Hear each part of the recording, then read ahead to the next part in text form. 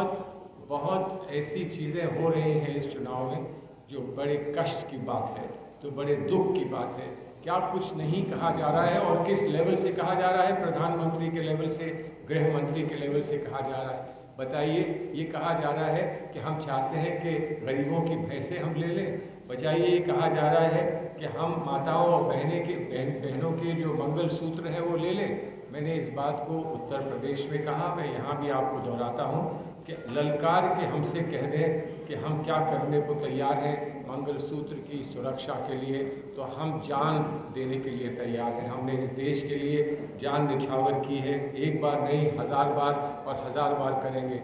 लेकिन जहाँ मंगलसूत्र की बात आएगी उस पर कहीं आँच आती है तो सबसे पहले हमारी जान निछावर होगी अपनी बहनों के लिए, अपनी माताओं के लिए, बताने के लिए कि इस देश की एकता, हमारे समाज की एकता कितनी मजबूत है और कितनी गहरी है और जिसे कोई हटा नहीं सकता, हिला नहीं सकता। मैं उत्तर प्रदेश से आता हूँ, आपके यहाँ भी माँ गंगा बहती हैं।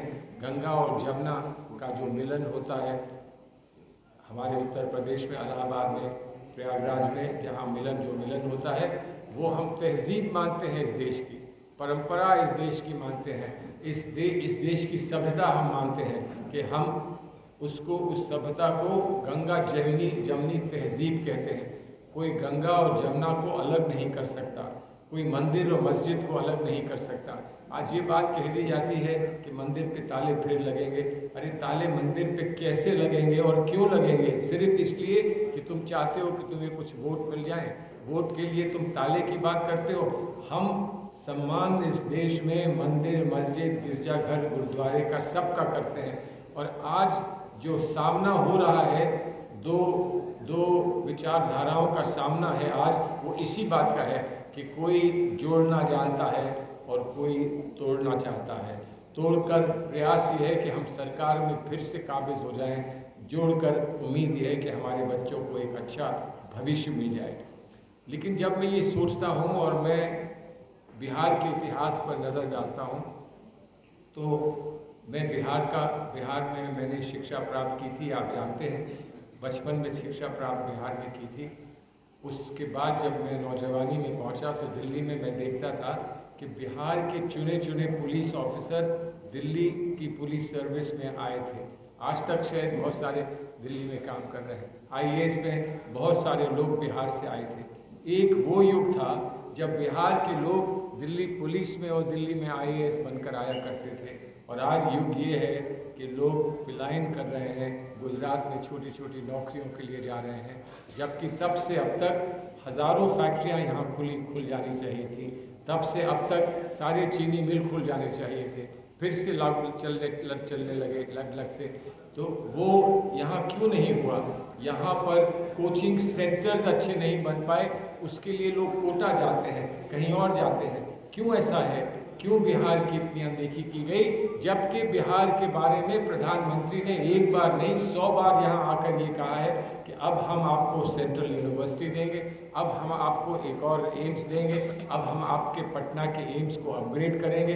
क्या कुछ नहीं कहा है प्रधानमंत्री महोदय ने? क्या कुछ नहीं कहा है? लेकिन बिहार में वो दिखता नहीं। अगर दिखता है तो आप मुझे बताइए, मुझसे प्रश्न पूछिए कि आपको नहीं दिखता, हमें तो दिखता है। लेकिन बिहार में ऐसा कुछ नहीं दिखता। क्या सुरक्षा का हाल है, क्या सुरक्षा व्यवस्था का हाल है, आप मुझसे भली भांति, आप मुझसे ज़्यादा जानते हैं।